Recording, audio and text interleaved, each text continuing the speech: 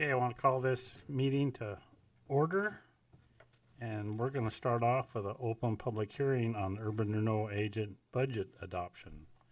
And who's going to take that? Who's going over the budget? John? As the budget officer, Matt's the finance officer, but I can start. I wish we had a more exciting report to bring you here. It's really not much change year over year, other than primarily because of the Armstrong property. We have this list of projects and our projections, and there was at the time we adopted the Urban Renewal Agency, there was a proposed $40 million investment going into this agency. That went away, as did Armstrong in that case. So it not only did it that investment not happen, but it also them leaving. There was a depression in the tax value for the agency too. So the amount of increment that we're collecting is really just stagnated, and it's really, quite frankly, amazing that it's gone, that there's any at all because of that investment less the the agency, which comprises about 20% of this city. That just speaks to how much growth there actually has been. It's kind of a positive thing. But I'll let Matt take over the details and defer to you to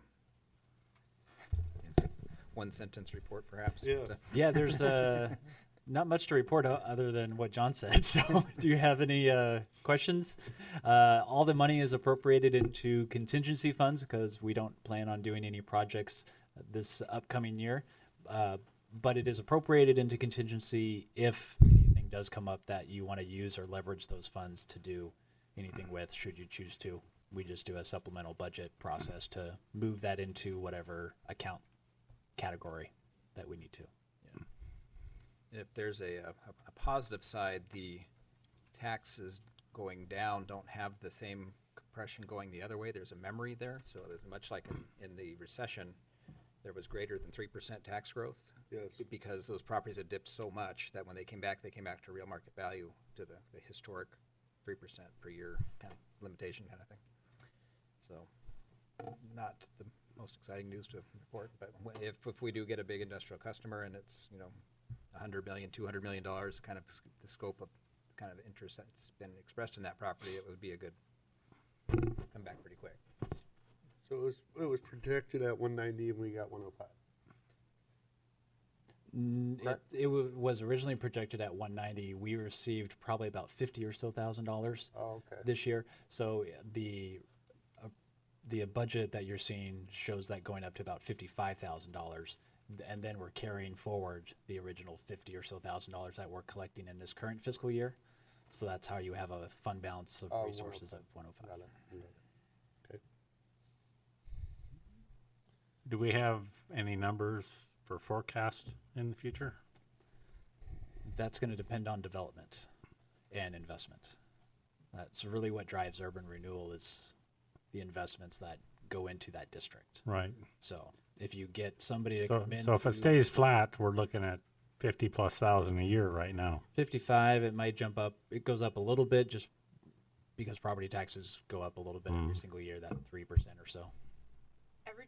Every time a large project occurs in the area, for example, the Matson and McBride apartments are within the agency. So we would expect that when those come online, the agency would see an increase in increment. So, And same with Legacy, right? yeah, that is in the same vicinity. Yeah, those projects are all within the agency. So there are a couple of others that I'm aware of too. Every time I kind of take note, anytime it's in the agency. Mm-hmm. A question for us is, because I don't think it is the old hospital property, the frontage there particularly, which is commercial, is that part of our urban renewal? No, there's nothing on that side of the highway except abutting the highway. So we can adopt that though, right? We can go up to 2%?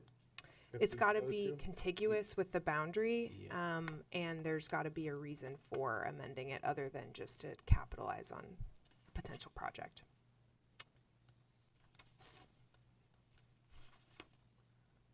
Yeah, right now that hospital property is not in our agency. Yeah, and in fact, we're very far north. Are we? The farthest we go looks like Furlock on the boundary. I can pass you this map if you want.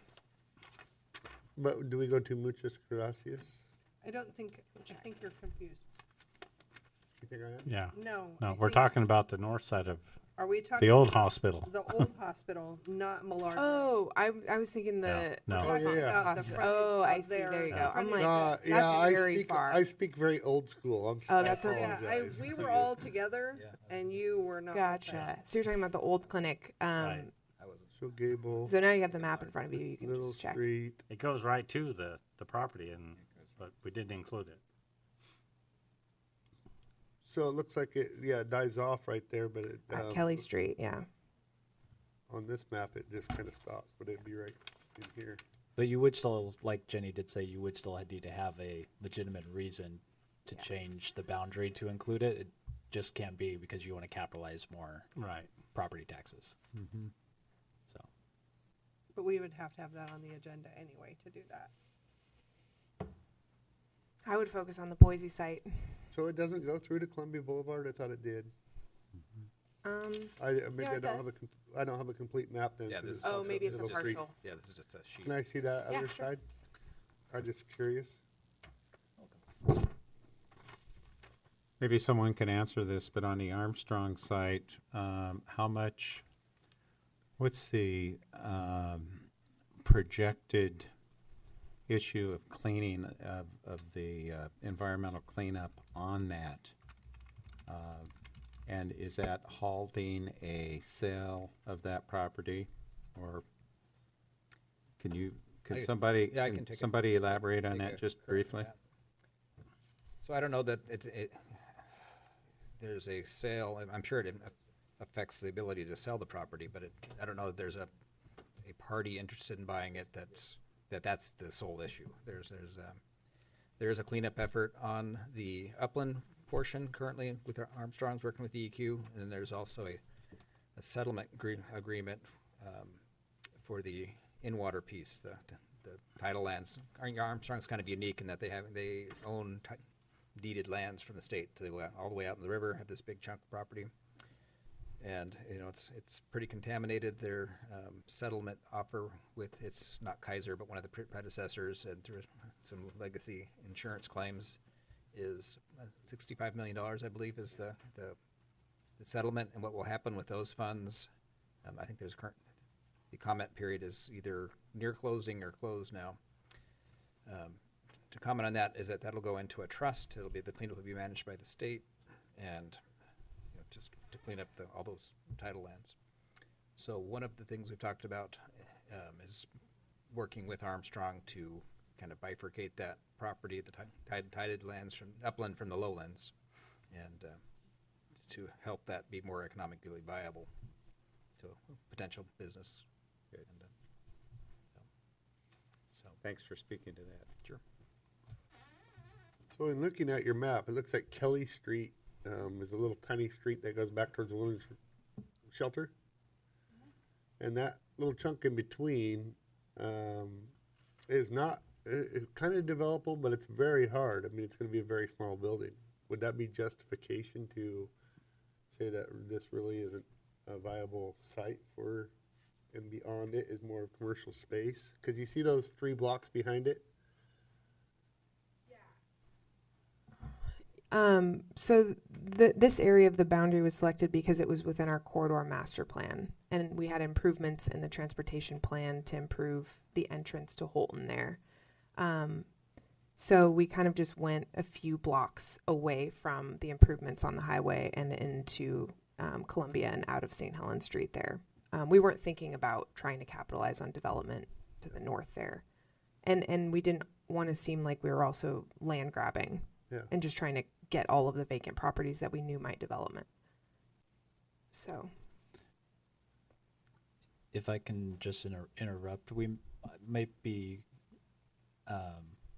seeing as how this is a public hearing for the budget, Yep. we might want to have some public Public comment comment. and get back to the budget. You can have these discussions during your urban renewal meeting at 6:15 during that time. So, but for this purpose, we're really here to talk about the budget and hear any public comment. So is there any comments from the public?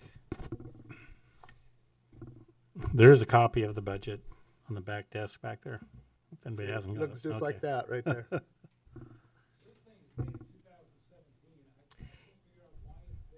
So that's the list of projects that are in the urban renewal plan. So this budget funds those projects over time. Like what? Yes, that actually is one that has been accomplished. And it's also the wayfinding project is a phased project, so there's a couple different phases. But yeah, that's a good point. Sure. Sorry. Yeah. I'm happy to print you this document if you want to look at it. Okay. Yeah, and another point related to that point is that urban renewal doesn't necessarily fund 100% of every project. Those funds might be part of a project. You know, the wayfinding, for example, is grant funded, and to the extent we could leverage those dollars with grants and things, that's highly desirable. So. So if there's no other public comment period, then I'll hand it back to Keith to close the public hearing. Do we need to do our elections? That's in the agency That's meeting. during the urban renewal meeting. That's 6:15. Okay, 6:15. never mind. Thank you. Never mind. So Okay. I'll Anybody make, else want to make any comments? Come on, students. Comment. Your town, your future. There'll be much more exciting meetings in the future when we actually have money to spend in projects. Brick and mortar. We can build that teen center and you guys will only be 30 years old. Nice, right? Maybe your kids can go to it. Okay. So no other action needed for the public hearing? Other than to close it. I'm just making sure. Okay. Public hearing is closed, and in 1 minute, we'll start the regular meeting. She needs